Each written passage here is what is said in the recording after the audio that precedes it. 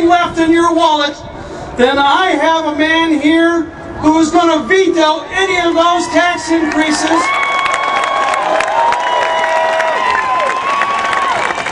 Governor Tim Pawlenty.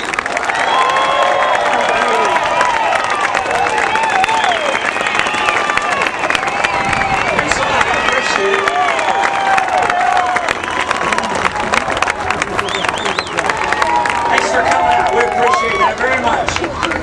I have a basic question for you. You think you're taxed enough? Yeah! We got some folks in this Capitol behind me who gather about this time every year, now run by the DFL. They've already taxed you arm by an arm and a leg. Now they want to tax your organ donations. Can you believe that? I am not kidding. The DFL tax bill in this legislature, DFL leaders have proposed not only to increase every income tax bracket we have a low, a medium, and a high, but get this. They proposed to add a fourth income tax bracket, and if they did that, we would have not one, but two of the highest tax brackets in the top 10 in the country.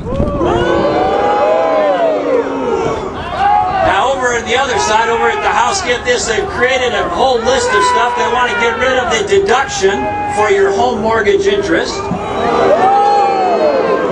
They want to get rid of the deduction if you give money to a charity or a non-profit organization or your place of worship. They want to get rid of the deduction if you have child care expenses. And they want, as I said, to take away the deduction for a whole variety of other things, including organ donation. And I'm not talking about giving the piano to the church. Now, my friend Phil Kirky mentioned we vetoed some bills last year, but we should know, last year I set a record for the most vetoes of any governor in the history of Minnesota.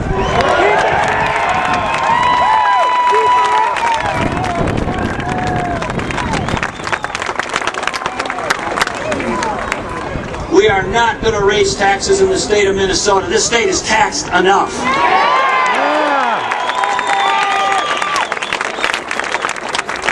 But we need your help. And we got a lot of folks in this building, and they're advocates who come here every day. And they advocate for more spending, and more spending, and more spending. Get this statistic. Since 1960, when Elmer Anderson was the governor of the state of Minnesota, the average 2-year increase in state spending in Minnesota went up 19%. 19%. Now, we've been able to dramatically slow that down under my watch, but this is a battle. And we need people to show up, and the world is run by people who show up. So I am very grateful that you take time on this beautiful spring day to come to the Capitol, your Capitol, the people's Capitol, and send your tax to me.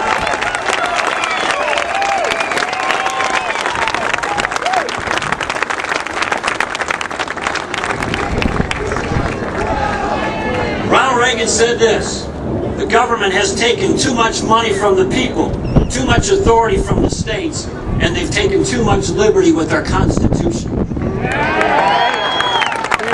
Those words ring true today.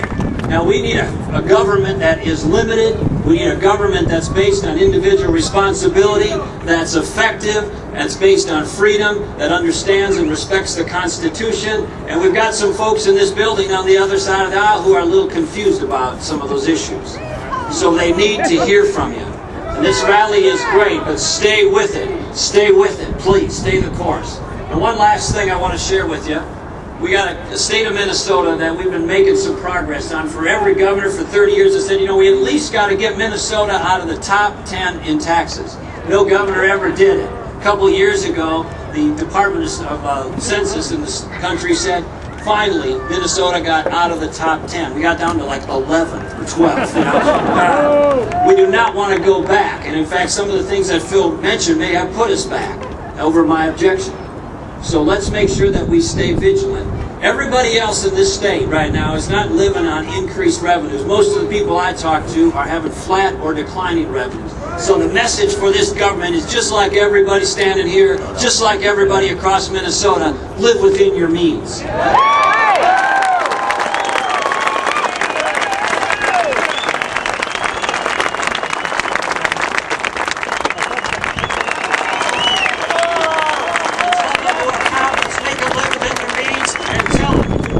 Taxes if they send a bill to my desk with that in it, it's going to get vetoed. Thanks for coming out.